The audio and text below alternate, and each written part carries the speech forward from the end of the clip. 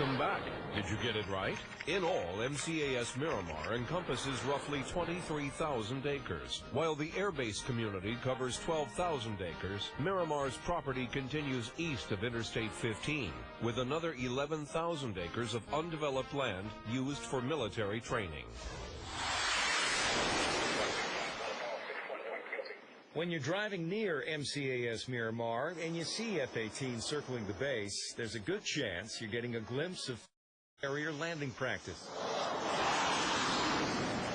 Missile altitude starting at 1,100 feet at the 180 there, after the 180. Miramar is home to the only Marine carrier squadron on the West Coast. The advantages of being on a carrier and being any place in the world in a very, very short amount of time. The ability to actually land and take off from that platform, while it is an administrative task for us, is extremely difficult.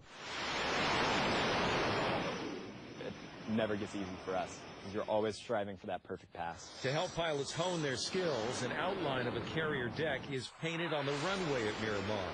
While it doesn't move like an actual carrier on the ocean, it does provide a very specific target.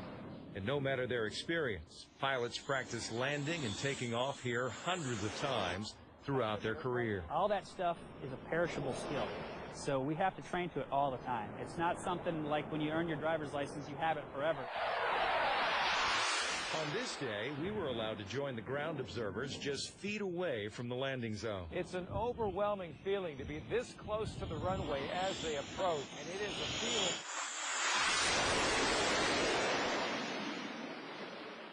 of absolute power.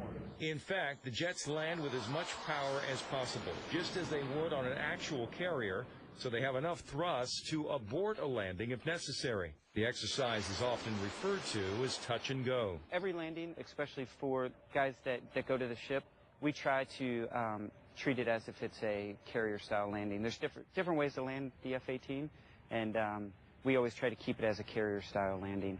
At the end of the day, I'd really like to survive landing on carrier, and I'd like to do it well. So whatever time I have, I will practice on that little tennis court-sized box until I get it perfect. Well, being able to take off and land from an aircraft carrier in a jet like this, there's also the mission in between, which often means delivering powerful ordnance on a target. Well, the men and women that load those munitions on these planes takes us to a very remote part of the base. Welcome to the combat loading and arming area at Marine Corps Air Station Miramar. Is there a way to describe the explosive force of these bombs? It's big. On a patch of tarmac well separated from the hangars and working areas of other Marines, a specialized crew loads bombs and rockets onto the fighter. They separate you guys from the rest of the airfield by some distance. That's correct. It's a little unsettling. It is at times, but it's what we do every day, so it's not anything to us, really. Corporal Matt Petzold is the ordnance line chief. He says multiple safeguards on the ground and in the air ensure these weapons only go off when intended. You know, it has to be at a certain angle for it to actually arm up. The pilot has to initiate it in the cockpit.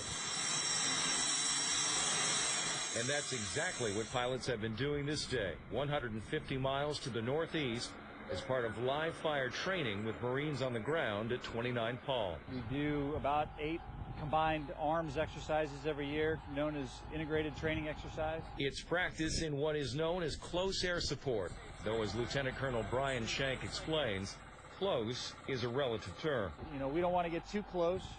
1, because now the enemy may be able to hear us. 2, because the enemy may be able to see us and shoot us. The Lieutenant Colonel, who is the commanding officer of the squadron, says most often the F-18s stay at high altitude, unseen by ground forces on either side until their ordnance hits the target. They just get to see the impacts. And as we've seen in Iraq and Afghanistan, the results are generally obliteration. Tanks, buildings, structures, all kinds, you name it. Did you hit your target today? I did. Instead, I had good effects on the target, so success. Fighter pilots at Miramar also train extensively in air-to-air combat or dogfighting, but it is a skill that hasn't been used by U.S. pilots in conflict since the early 90s during the Gulf War, as the enemies of the U.S. are incapable or simply unwilling to face off in such combat. Now, we're going to take you up to the best view in the base, that is, without being in an aircraft, the control tower. 165, 104, I'm the one who has to be mindful and ensure that they don't switch through the same lane, so to speak. As 3 F-18s circle MCAS Miramar practicing carrier-style landings, air traffic controllers are keeping close watch. Battle 166, scheme gear down, stage 6.4, pilot Hanson. Sergeant Blair is an advanced student working under the supervision of Department of Defense Controller Kevin Pelham. Pelham is retired military, one of 9 civilians on staff at the tower to ensure continuity, since active duty Marines tend to be moved around. When I'm talking to the students, though, I always think about what the pilot's seeing. Pelham says in order to relay the best directions to pilots, he teaches air traffic control students to imagine themselves in the cockpit and to be aware of the type of aircraft the pilot is in. Small Cessnas, which private pilots start in initially, they have a high wing. So the high wing, they can't see up above them as easily unless they tip their wings. And then the F-18s and all of our fast guys, they have low wings. So once they go into a hard turn, they have to see where they are beforehand. Once they turn, they can't see what's below them. That's I-15 just off our approach in. Miramar is roughly bounded by the 15 and 805 freeways to the east and west, and state routes 56 and 52 to the north and south. Most military air exercises happen within that perimeter, but controllers here monitor much more. They say at any given time, a third of the air traffic is located in Southern California at any given time. Air traffic specialist Dennis Waters, also retired military, says it's common for small planes to be allowed passage through Miramar airspace, which rises 3,000 feet above the base. Above that, it's FAA territory, used by commercial planes. There's an arrival quarter that they take the air carriers over the top of us at, 5,000 to 7,000 feet into Lindbergh if they're coming from the north. It's a giant puzzle, and we all enjoy doing it. Sergeant Blair is 22 years old.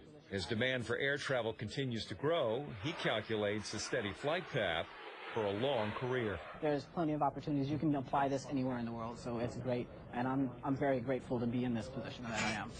Miramar train controllers are working at LAX, Lindbergh Field, Gillespie Field, just to name some regional airports. Now, when we come back, we're going to go even higher than that tower as I pull some G's with the Blue Angels. They tell me the trick is not to pass out or get sick. We'll see what happens right after this. Time for another test. Commercial aircraft flying into San Diego International Airport often fly over MCAS Miramar, but must maintain an altitude of at least A, 3,000 feet, B, 5,000 feet, C, 8,000 feet, D, 10,000 feet. The answer